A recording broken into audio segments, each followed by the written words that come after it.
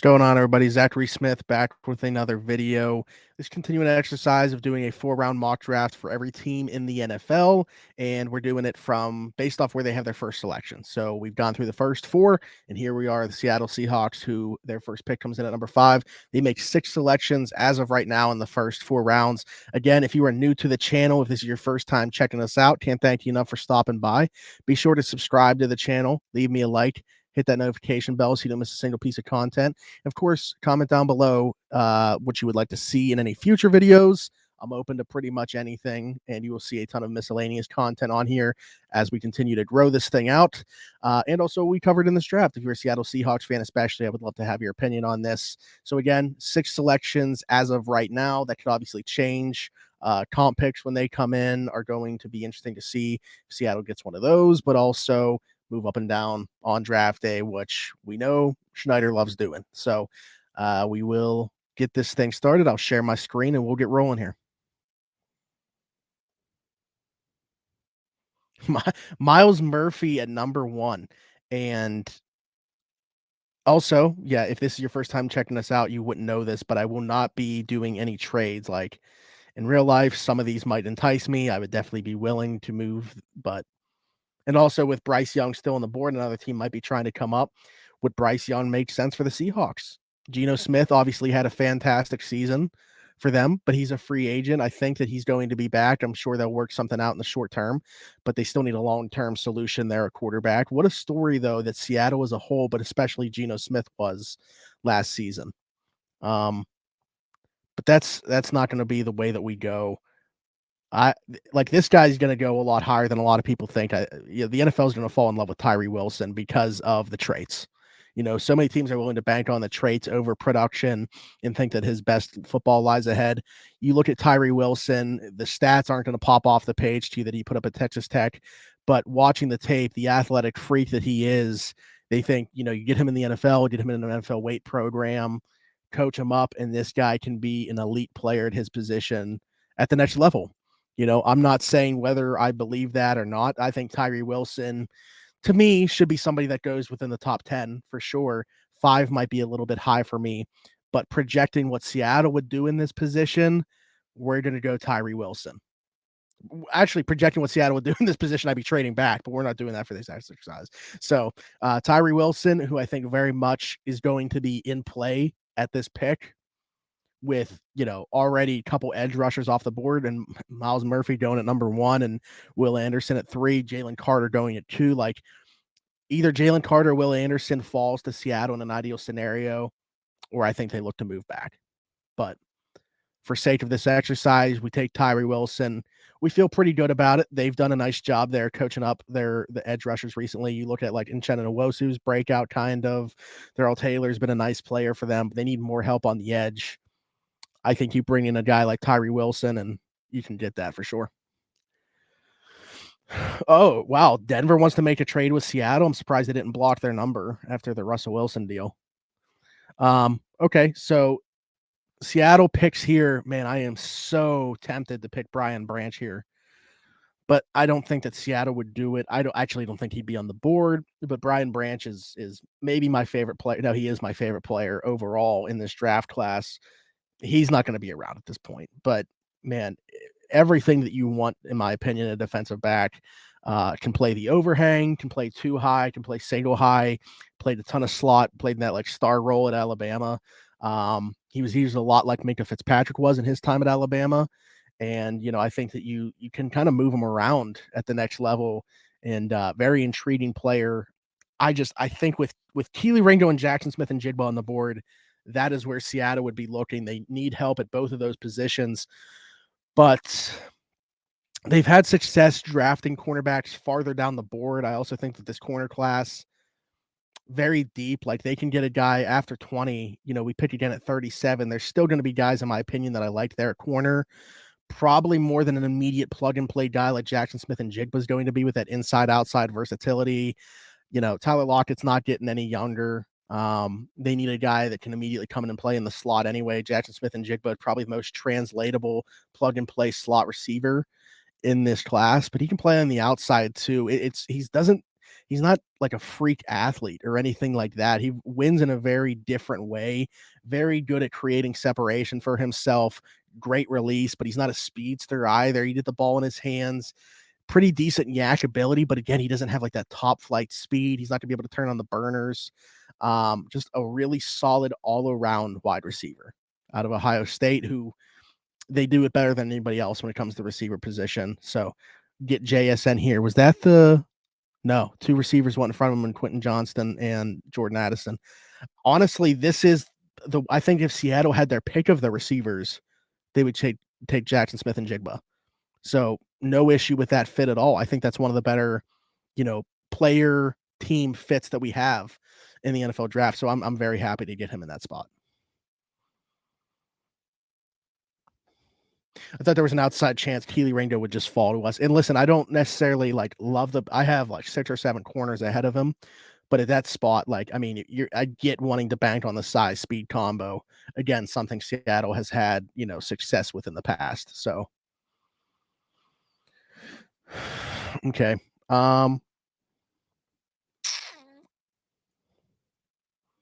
Yeah, I think this is pretty easy too. This is to me a day one player in Emmanuel Forbes, 6 foot 181, maybe not the size that you typically see Seattle chase. But to me, this is a guy that is a round one player for me in Emmanuel Forbes, which, maybe that's not the case for everybody else. I get it. Everybody else is their own evaluation process. Just for me, I love him in press. And I think that the way that Seattle plays their corners, I think Forbes is a guy that they're going to love immediately, despite him not having, that 6'2" plus size that they see in Tariq Woolen and Richard Sherman in the past, Brandon Brown, or these other corners that Seattle has had success with.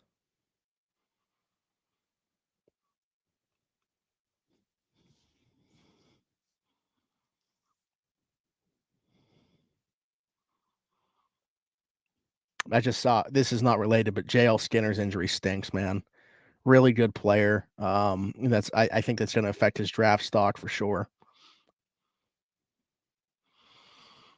Hmm.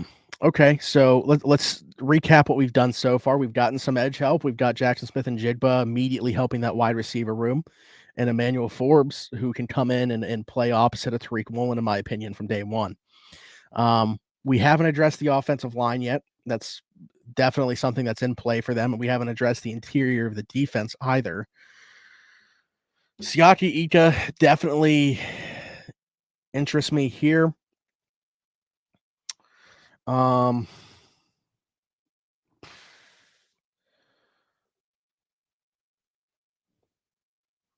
We're going to go Steve Avila, who I think, man, this guy may be a little bit polarizing, especially when you look at where they had him ranked here on PFN at like 82.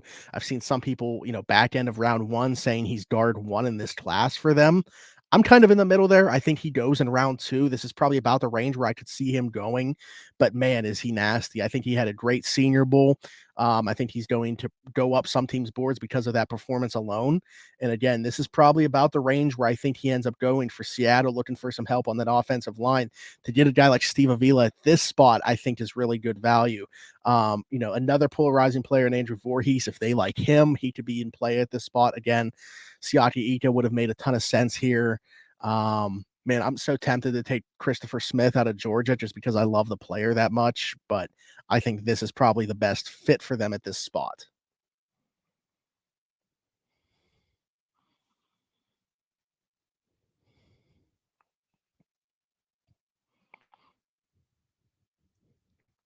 I'm happy with the way this is turning out so far. I hope that this gets into the hands of some Seattle Seahawks fans so you guys can tell me how you're feeling about the way this draft has gone.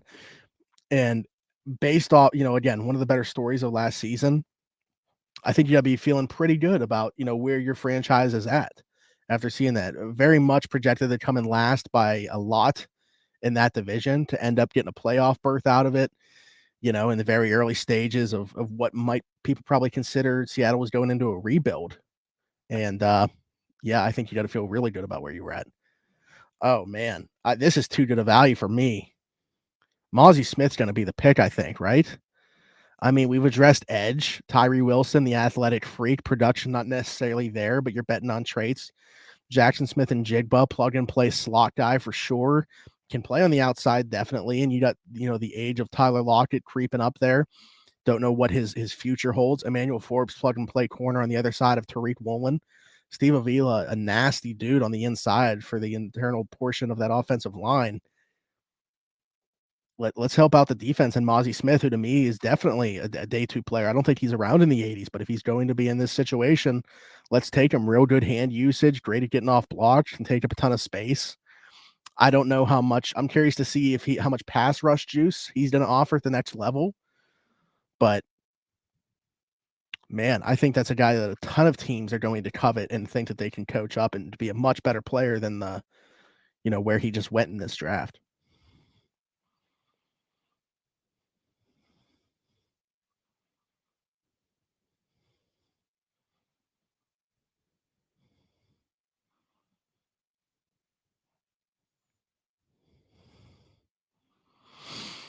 Okay. I think I know where I want to go with this. Yeah, I'm going Sam Laporta, the tight end out of Iowa. Most forced 20 missed tackles last year, forced, among which is insane number for a tight end. So he's great out in space. He's great after the catch. You put the ball in his hands. I think, you look at Seattle's tight end room, like Will Dissly, Noah Fant, they're not moving the needle for me. Sam Laporta is definitely a guy that I think you can invest in. I would love for Seattle to get involved with this great tight end class. And this is probably the last one on the board that I'm looking at is like a guy that can contribute right away as a pass catcher. Some of these other guys, really good blockers, like Schoonmaker's a really good blocker at the position. You get down the board a little bit more. Maybe there's some guys that are nice projects, but for me, Sam Laporta is a guy that can contribute right away. I love this. I love this haul. I would have been tempted to take Will McDonald if he would have fell one more pick, even though we already dipped into the edge class here. But yeah, to me, Laporta's just makes a ton of sense for the now and for the future of that Seattle Seahawks tight end room. All right, so let's recap here. Tyree Wilson at 5 from Texas Tech, the edge player, who again I think goes a lot higher than a lot of people would look at his stats and say this guy should be going in this range just because of the athletic traits. I mean, look at Trayvon Walker last year, number 1 overall. That's not because of the production that he was having at Georgia. It's a projection of what he's going to be at the next level. Jackson Smith-Njigba, that inside-outside versatility. Ohio State, they produce receivers as good as anybody. And you look at the future, that Seattle Seahawks wide receiver room. Who knows what Tyler Lockett's future's there. He's getting up there in age. They're going to need somebody opposite of DK Metcalf. But even now for the immediate future, plug and play in the slot. And I think he immediately is able to make that transition. Emmanuel Forbes, 6-foot corner, decent size. Obviously not that, Tariq Woolen or Richard Sherman type that we've seen Seattle go for in the past, but really good press corner. I like his hand usage at the line of scrimmage. He can cover. And then I think that he's a guy that could go in round 1. This is about, where I think it's very possible that he goes. I would have no qualms, though, if he goes round 1. Steve Avila, I love the value here. This is where we start getting these really nice value picks, in my opinion. Steve Avila, who was a definite Senior Bowl winner down there in Mobile, and the guard out of TCU, I think is going to go in this range. Plug and play on that right side. Mozzie Smith, defensive tackle out of Michigan, really good athlete at the position, great hand usage, his ability to get off blocks, see if they can tap into some pass rush juice for him. And Sam Laporta rounding it out at 123, the tight end out of Iowa. Again, maybe the best tight end in terms of ability to make guys miss in space.